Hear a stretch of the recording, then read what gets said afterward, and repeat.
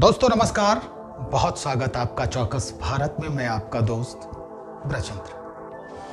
देखिए भाई, चुनाव नजदीक है, आम चुनाव नजदीक है और इसको लेकर जितनी भी कोशिशें हैं राजनीतिक महकमों में वो अब की जा रही है। भरपूर कोशिशें की जा रही है कि किस तरह से अपना माहौल बनाया जाए, अपना वोट जो है वो मजबूती से उस पर काबिज हुआ जाए और मजबूती से उसे अपनी ओर आकर्षित किया जाए।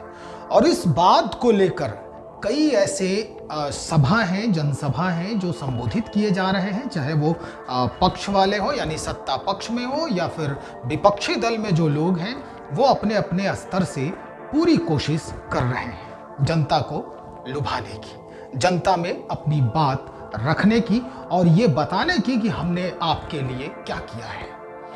लेकिन इन सारे मसलों के बीच एक जबरदस्त मामला ये आता है कि भाई नारे जो हैं राजनेताओं के द्वारा दिए जाने वाले जो नारे होते हैं वो कितना कारगर सिद्ध होता है हर चुनाव में।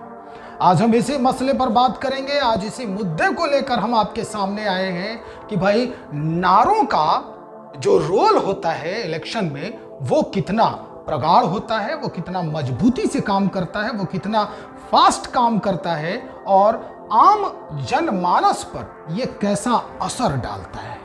तो चलिए, नारों को शुरू करने से पहले हम आपको कुछ इसके इतिहास की जानकारी दे दें कि नारों पर कैसी कैसी बातें हुई हैं और कब कब किन किन नारों का प्रयोग हुआ है। हालांकि पूरी फहरिस्त बताना बड़ा मुश्किल हो जाएगा कि भाई कब कब किसने कितना नारा दिया, लेकिन जो प्रमुखता से जो नारे हमारे सामने आए हैं हम उसकी बात आज जरूर करेंगे।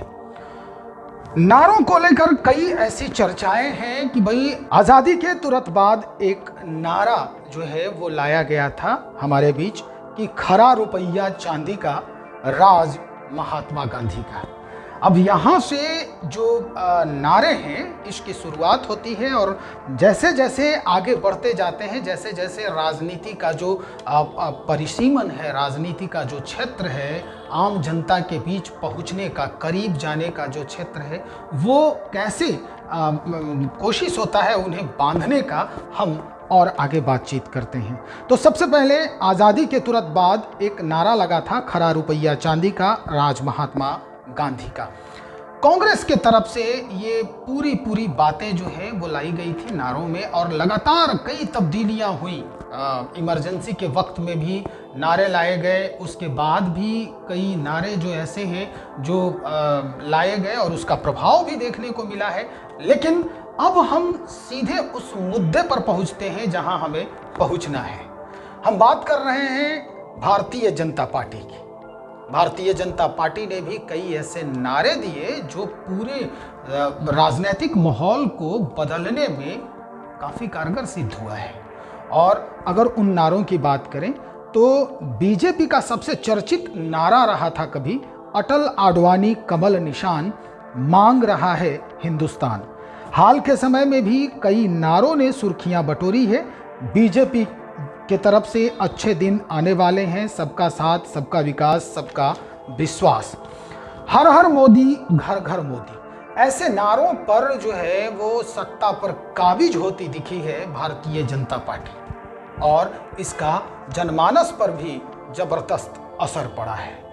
नारों की चर्चा कर रहे हैं हम तो भारतीय जनता पार्टी के जो वोट बैंक है उसमें कितने इजाफा हुए नारों की वजह से और अब जो है वो कैसा माहौल बन रहा है नारों को लेकर, एक ट्रेंड सा चल पड़ा है।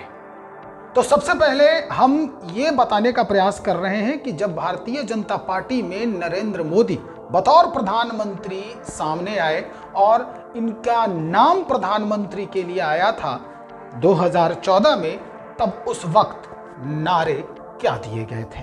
2014 में अब की बार मोदी सरकार, और आपने देखा ही मोदी की सरकार बन गई।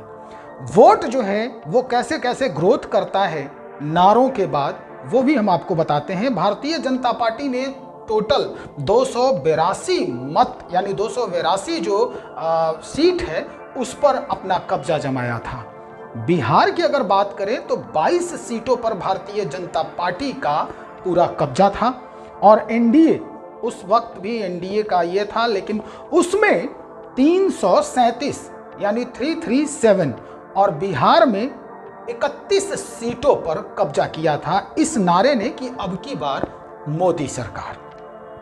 2019 में भारतीय जनता पार्टी ने 303 सीटों पर अपना कब्जा जमाया था, बिहार में 17 सीट हासिल हुए थे और एनडीए 353 सीट, बिहार में 22 सीट एनडीए के तरफ से भी था।